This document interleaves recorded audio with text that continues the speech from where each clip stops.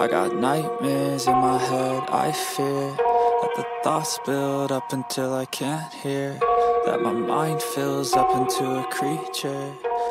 Berlatar di area tambang, sebuah mobil nampak melintas dan berhenti tepat di tengah lokasi yang dikelilingi oleh gundukan pasir.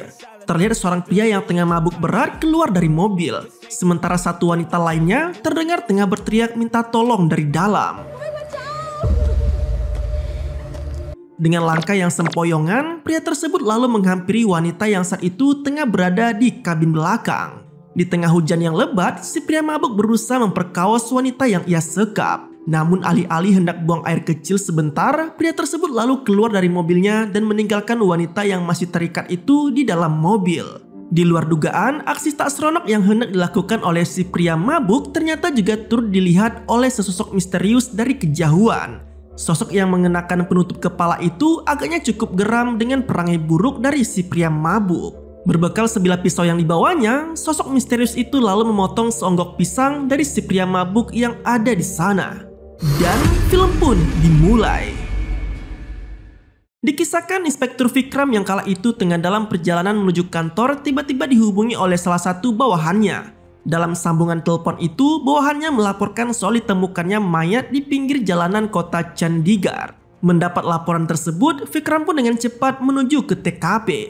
Setibanya di sana, sejumlah petugas telah berkumpul dan mulai mengamankan lokasi termasuk Dharamchand. Petugas polisi yang melaporkan soal temuan mayat tadi.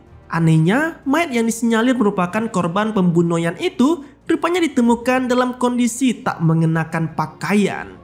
Namun yang cukup membingungkan, korban yang kemungkinan telah diperkaos tersebut justru merupakan seorang pria. Berbeda dengan korban-korban pemerkosaan lainnya yang berasal dari kalangan wanita. Tak hanya menemukan sejumlah luka bekas tembakan di tubuhnya saja, polisi juga mendapati adanya luka bekas benda tumpul di bagian itu si korban. Dengan kata lain, mayat pria yang ditemukan kali ini bukan hanya ditembak berulang kali saja, melainkan juga sempat diperkaos lebih dulu oleh tersangka cuy. Belum usai mengusut kasus pembunuhan mayat pria tadi, Vikram dan satuannya harus kembali dibuat pusing oleh kasus baru. Bagaimana tidak, kali ini seorang pemulung dilaporkan baru saja menemukan seonggok mayat di tumpukan sampah. Tak seperti mayat sebelumnya, korban berjenis kelamin wanita itu diketahui meninggoy akibat tembakan di kepalanya. Namun tanpa adanya bekas luka layaknya korban pemerkosaan. Sialnya lagi, polisi juga tak bisa mengidentifikasi lebih lanjut menyusul tak ditemukannya identitas milik si korban, kecuali sebuah tato kecil yang ada di pergelangan tangannya. Setelah dua temuan mayat pembunuhan tadi, Vikram yang baru tiba di rumahnya kembali dibuat kaget oleh berita heboh yang muncul di televisi. Dalam berita tersebut dilaporkan bahwa seorang petugas polisi telah ditemukan dalam kondisi yang sangat mengenaskan. Tak hanya mendapatkan luka tembak saja, korban yang hanya mengenakan celana pendek itu pun dipenuhi dengan luka sejumlah pukulan dari benda tumpul, termasuk adanya indikasi besar sebagai korban pemerkosaan. Di waktu yang sama, seorang pria yang bekerja sebagai penjaga villa tiba-tiba terbangun dari tidurnya cuy. Merasa penasaran dengan suara bising yang sempat terdengar, ia pun dengan perlahan memeriksa keadaan dari setiap sudut lokasi di villa tersebut. Di luar dugaan, suasana yang tadinya begitu hening seketika berubah mencekam setelah penjaga menemukan sosok mayat di dalam villa tersebut. Keesokan harinya, sejumlah polisi mulai datang dan mengamankan lokasi villa yang menjadi TKP ditemukannya mayat semalam. Tak terkecuali dengan Vikram. Namun lagi dan lagi sejumlah keanehan ditemukan dalam kasus pembunuhan kali ini cuy. Pasalnya, mayat pria yang menjadi korban tersebut juga memiliki memar dan sejumlah luka tembak di tubuhnya, termasuk didapatinya luka benda tumpul di area itunya. Dengan demikian, jumlah mayat pria yang menjadi korban pemerkosaan sekaligus pembunuhan itu telah bertambah sangat banyak. Awak media pun berdatangan untuk meminta keterangan soal perkembangan kasus demi kasus yang terus bermunculan di sana.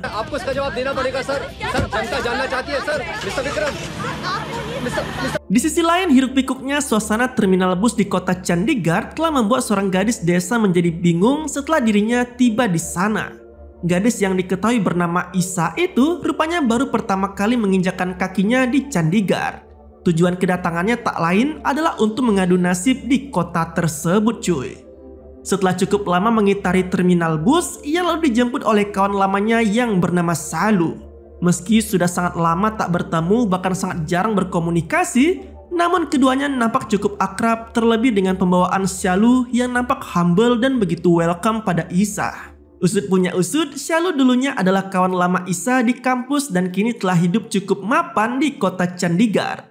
Sangat berbeda dengan Isa sendiri yang masih kesulitan mencari kerja di desanya. Menariknya, meski masih belum tahu soal pekerjaan yang akan ditawarkan oleh Shalu, namun ia berulang kali meyakinkan Isa jika nantinya ia akan betah berada di kota besar, seperti halnya di Chandigarh. Setelah melalui perjalanan bersama, mereka akhirnya tiba di komplek perumahan tempat Shalu tinggal cuy. Di tempat itulah Shalu tinggal bersama dengan ketiga temannya, yaitu ada Sweety, Mina, dan ada Rosie. Mereka merupakan sesama perantau yang telah memilih tinggal dan bekerja bersama Shalu. Malam harinya Isa yang tengah tertidur tiba-tiba dibangunkan oleh Shalu yang ingin mengajaknya pergi ke pesta. Mendengar ajakan tersebut, Isa yang sangat polos pun sempat bingung dengan rencana Shalu. Terlebih ia juga menyebut jika pergi ke pesta merupakan bagian dari pekerjaan yang ditawarkannya. Tak hanya itu, Shalu juga mengiming-imingkan pekerjaan dengan bayaran hingga 25.000 lakhs hanya dengan pergi ke sebuah pesta. Makan, minum, dansa, dan bersenang-senang di sana. Merasa janggal dengan pekerjaan yang ditawarkan, Isa sebenarnya sempat menolak dan ingin meneruskan tidurnya saja. Namun semua itu sirna setelah ia teringat soal tuntutan hidup yang mengharuskannya memiliki banyak uang. Dengan mengenakan pakaian diberikan oleh Shalu, Isa akhirnya sepakat untuk pergi ke pesta bersama dengan Shalu dan yang lainnya. Seperti yang bisa ditebak, tempat pesta yang dimaksud oleh Shalu tak lain adalah klub malam. Namun tak seperti yang lainnya, Isa yang baru pertama kali datang ke klub malam jelas merasa asing dan cukup terpukau akan gemerlapnya suasana di sana. Di tempat itu juga mereka lalu bertemu dengan salah satu pengunjung yang disebut-sebut sebagai yang paling royal. Bahkan kerap kali turut mentraktir para pengunjung lainnya termasuk Shalu. Mendapati keberadaan gadis baru yang dibawa Shalu, pria yang diketahui bernama Roni itu pun lalu menyapanya dan mengajak Isa serta yang lainnya untuk minum bersama menikmati pesta di sana. Berbeda dengan para pengunjung lainnya, Roni agaknya merupakan pria yang baik dan cukup memahami kondisi di sekitarnya. Hal ini terbukti dari sikap Roni yang bisa mengimbangi Isa, bahkan ia pun tak ikut memesan alkohol seperti yang dilakukan Shalu dan yang lainnya cuy. Sialnya, Isa yang saat itu berusaha untuk tetap di meja bar malah dicecoki alkohol oleh Sweety. Bahkan gadis desa tersebut sampai diajak untuk menari bersama bergabung dengan yang lainnya. Dan malang bagi Isa, tubuhnya yang sama sekali belum pernah mengkonsumsi alkohol akhirnya harus tumbang dan tak bisa sedikit pun menikmati pesta di malam itu cuy. Setelah puas menikmati kemeriahan pesta, Shalu dan yang lainnya pun berniat untuk kembali ke tempat tinggal mereka. Namun tidak dengan Roni, ia justru nampak prihatin melihat kondisi Isa yang tak sadarkan diri. Bahkan ia sempat menyayangkan sikap Shalu yang telah memaksa gadis baik seperti Isa untuk meminum alkohol. Keesokan harinya, Isa yang sempat tak sadar akhirnya dibangunkan oleh Shalu di tempat tinggalnya. Dengan nada kesal, Shalu menceritakan bagaimana kacaunya kondisi Isa semalam, termasuk soal kebaikan Roni yang telah berbaik hati mengantarkan Isa pulang. Sadar bahwa kehidupan malam tak cocok dengan dirinya, Isa lalu meminta pekerjaan lain kepada Shalu. Meski sempat membuat Shalu kecewa, namun ia agaknya cukup memahami keinginan temannya tersebut. Shalu kemudian berjanji akan mencarikan pekerjaan baru untuk si Isa. Karena bagaimanapun juga, ia tak tega jika temannya itu harus luntang-lantung sendirian di kota besar yang belum dikenalnya sama sekali. Tak butuh waktu lama, Shalu akhirnya berhasil melobi salah satu kenalannya dan merekomendasikan Isa untuk bekerja di tempat itu. Bahkan tak hanya sekedar mencarikan Isa pekerjaan saja, Shalu juga turut memberikannya pakaian baru alih-alih agar bisa digunakan saat tes wawancara nanti. Di hari berikutnya, wawancara pun diikuti oleh Isa sesuai dengan arahan Shalu. Namun siapa sangka wawancara yang diikuti Isa ternyata berlangsung sangat singkat. Bahkan ia langsung dinyatakan diterima dengan disodori berkas perjanjian kerja di perusahaan tersebut. Bagaikan di atas angin, Isa yang masih belum percaya dengan mudahnya diterima kerja di perusahaan tadi malah kini bertemu dengan Roni yang kebetulan juga tengah melintas di jalanan tersebut. Tak hanya menyapa Isya saja, Roni bahkan sampai menawarkan diri untuk mengantar Isya pulang menggunakan mobil mewahnya. Seolah kembali dibuat tak percaya, Isya yang tak enak menolaknya pun akhirnya mengiyakan permintaan Roni untuk diantar pulang. Dalam perjalanan, Roni akhirnya mengaku jika perusahaan tadi adalah milik ayahnya. Tak mengherankan bila Isya pun bisa dengan mudah diterima di sana. Kebaikan pun kembali ditunjukkan oleh Roni. Kali ini ia memberikan coklat alih-alih sebagai perayaan kecil atas diterimanya Isya bekerja di perusahaan ayahnya. Namun siapa sangka coklat yang dimakan Isya rupanya bukanlah cemilan biasa cuy. Karena tak lama kemudian ia mulai merasa pusing hingga akhirnya tumbang. Di luar dugaan, Roni yang selama ini berkelakuan baik dan terlihat perhatian pada Isya ternyata hanyalah siasatnya saja cuy. Ia rupanya tak berbeda dengan anak orang-orang kaya pada umumnya yang gemar berpesta dan hidup dikelilingi wanita. Dan sebagaimana yang bisa ditebak, Isya yang sempat tumbang malah kini dibawa ke sebuah kamar. Mirisnya, rangkaian pertemuan dan sandiwara tentang wawancara kerja ternyata telah direncanakan dengan rapi oleh Roni dan Syalu. Bahkan Roni mengaku telah memberikan uang 15.000 lux pada Syalu hanya demi bisa menikmati tubuh Isya. Setelah puas menikmati lapis legit milik Isya, Roni lalu mengkonsumsi garam Cina yang dijadikannya sebagai hidangan penutup di malam itu cuy. Menyadari adanya kesempatan, Isya yang masih kesakitan pun berusaha kabur menjauh dari tempat tersebut. Dengan tubuh yang lemas dan perasaan yang terkoyak, Isya hanya bisa meratapi nasibnya dengan menangis di salah satu halte bus. Namun penderitaannya tak berhenti begitu saja, karena kemudian datang pria hidung belang yang berusaha merayunya. Dengan perasaan yang tak karuan dan tubuh yang kian lemas, Isya yang berjalan tanpa arah malah kini dibuat makin bingung menyusul hujan besar yang tiba-tiba turun. Beruntung tak jauh dari lokasi terdapat sebuah gardu polisi yang menjadi salah satunya harapan bagi Isya. Setibanya di gardu polisi, kedatangan Isya disambut cukup baik oleh seorang petugas yang berjaga. Isya yang sudah tak tahan dengan perlakuan yang ia dapat tadi pun langsung menceritakannya pada petugas tersebut. Harapannya adalah agar keadilan bisa ia dapatkan dan nasibnya tak lagi berlantung-lantung seperti saat ini. Mbak Singa yang sangat lapar, polisi tersebut malah meminta Isya untuk memberikan lapis legitnya alih-alih agar laporannya bisa ia urus. Meski sempat menolak, namun Isya yang tak berdaya akhirnya hanya bisa meronta tanpa perlawanan ketika lapis legitnya dinikmati. Setelah melalui malam yang paling mencekam dalam hidupnya, Isya yang masih terguncang kini menjadi gelandangan yang tak memiliki arah tujuan hidup. Bahkan untuk sekedar makan pun ia hanya bisa mendapatkannya dari sisa makanan yang ada di tempat sampah. Seolah sudah kehilangan akal sehatnya, Isya yang buntu juga sempat nekat hendak bundir saja dengan menabrakkan tubuhnya ke kereta. Namun semua itu ia urungkan. Agaknya Isya masih memiliki harapan kecil dalam hatinya untuk tetap bertahan hidup. Di tengah kejengahan dirinya akan kehidupan, Isya yang malam itu sedang termenung di salah satu jalan malah mendapati kenyataan yang cukup menyesakan, namun sekaligus juga menjadi harapan dalam kehidupannya. Meski tak sesuai dengan panggilan hatinya, namun bayaran 200 lux pertama yang diterima Isya telah mengubah drastis pola pikirnya. Isya yang dulu hanyalah gadis desa yang mencoba peruntungannya di kota dengan bekerja, kini memulai profesi barunya sebagai kupu-kupu malam. Bahkan ia tak hanya mampu mencukupi kebutuhan kehidupannya saja, tetapi juga bisa mempercantik penampilan dari hasil kerjanya. Dalam waktu singkat, Isya yang tadinya hanya melayani pria kelas bawah seketika menjadi salah satu wanita penghibur yang dirindukan oleh pria kalangan atas. Nah, sejak saat itulah kehidupan Isya mulai dikelilingi oleh berbagai kemewahan yang tak pernah ia dapatkan selama ini cuy. Sadar bahwa tubuhnya menjadi aset yang sangat berharga, Isya yang bergelimang uang pun akhirnya memutuskan untuk menjalani operasi kecantikan. Tak cukup hanya dengan mengoperasi bagian tubuhnya saja, Isya juga turut mengubah total penampilannya menjadi lebih cantik dan memikat. Bahkan ia pun sampai rutin berlatih kebugaran demi menjaga tubuhnya tetap mantap. Sebab faktanya ia melakukan semua itu demi bisa membalaskan dendam yang telah ia simpan sejak lama. Dengan penampilan barunya, Isya telah bertekad untuk menghabisi satu demi satu orang yang telah menghancurkan hidupnya. Nah, di salah satu sudut kota, Isya dengan dandanannya yang seksi menghentikan salah satu mobil yang melintas di sana. Bukan secara kebetulan, mobil yang dihentikan Isya ternyata dikendarai oleh pria bejat yang sempat memperkaosnya kala itu.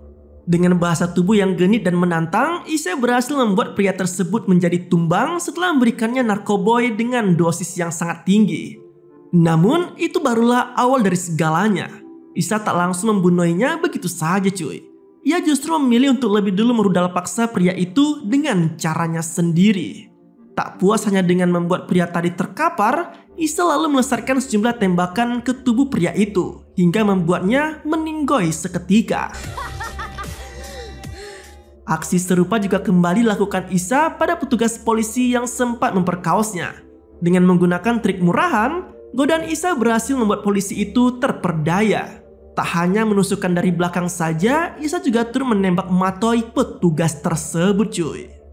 Lain halnya dengan Shalu, Isya agaknya memiliki cara sendiri untuk membalaskan dendamnya pada wanita tersebut. Dengan berpura-pura menjadi pria hidung belang yang siap membayar mahal Shalu, Isya bisa dengan mudah membalaskan dendamnya dengan menembak matoi kawan lamanya itu. Namun tidak seperti pria-pria tadi, Isya hanya menembak matoi si Shalu dan membuangnya di tempat pembuangan sampah. Setelah menghabisi 3 nyawa orang yang telah menghancurkan hidupnya, kini giliran Roni yang menjadi target Isya berikutnya. Dengan penampilan barunya, Isya bisa dengan mudah menarik perhatian Roni yang saat itu tengah berada di klub malam. Keduanya juga sempat berbincang cukup hangat hingga akhirnya mereka pun sepakat untuk ketemuan di malam berikutnya. Sebagaimana yang bisa ditebak, pertemuan dilakukan di salah satu rumah orang tua Roni yang sekaligus dijadikan sebagai villa. Di tempat itulah Isya melayangkan segala rayuan gombalnya, termasuk menggunakan siasat untuk memperdaya Roni.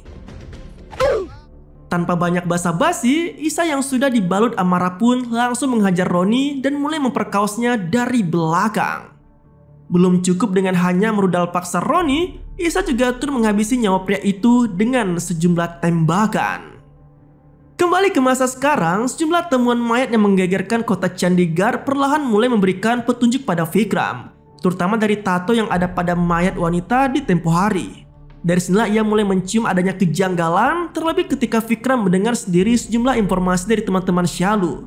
Inspektur itu agaknya mulai mengarahkan targetnya pada Isya sebagai sosok yang ada di balik semua aksi pembunuhan. Meski ia sendiri masih belum berani melangkah lebih jauh. Di luar dugaan, investigasi yang seharusnya semakin mengkerucut pada sosok Isya malah dimentahkan begitu saja oleh Vikram. Ia justru kini menilai jika semua aksi pembunuhan tersebut bisa terjadi bukan karena motif asmara maupun perampokan. Akan tetapi Vikram malah meyakini bahwa itu semua dilatar belakangi oleh motif dendam. Dengan kata lain, Isya yang diyakini sebagai eksekutor selama ini rupanya menjalankan aksinya semata hanya demi memberi karma pada semua orang yang pernah jahat padanya. Nah, atas dasar itulah Vikram memutuskan untuk lepas tangan dan menganggap itu semua bukanlah pembunuhan, melainkan hukuman atas aksi pemerkosaan yang pernah dialami korban. Nah, di akhir film terlihat Isya yang tiba-tiba menghampiri Vikram di tempat tinggalnya cuy. Alih-alih hanya ingin memberikan semangat pada polisi jujur tersebut, Isya lalu mengakhiri perjumpaannya dengan Vikram sembari tersenyum puas seolah ia memiliki motif yang lain. Entah merasa kesal dengan kinerja polisi tersebut atau malah ingin berterima kasih karena ia tak dijadikan sebagai tersangka atas kasus pembunuhan selama ini. Dan kisah pada film ini pun berakhir. Nah, itulah alur ceritanya cuy. Film ini mengingatkan kita bahwa ketika keadilan tak berpihak pada korban, luka bisa berubah menjadi bara yang membakar dunia. Rasa sakit bila tak diobati dengan kebenaran hanya akan melahirkan dendam yang membara. Dari sini kita belajar bahwa melindungi martabat wanita bukan sekedar kewajiban hukum, tapi juga tanggung jawab kemanusiaan. Karena jika korban dibiarkan hancur sendirian, jangan heran bila ia bangkit bukan lagi sebagai korban, melainkan sebagai karma. Terima kasih telah menonton, sampai jumpa pada video selanjutnya.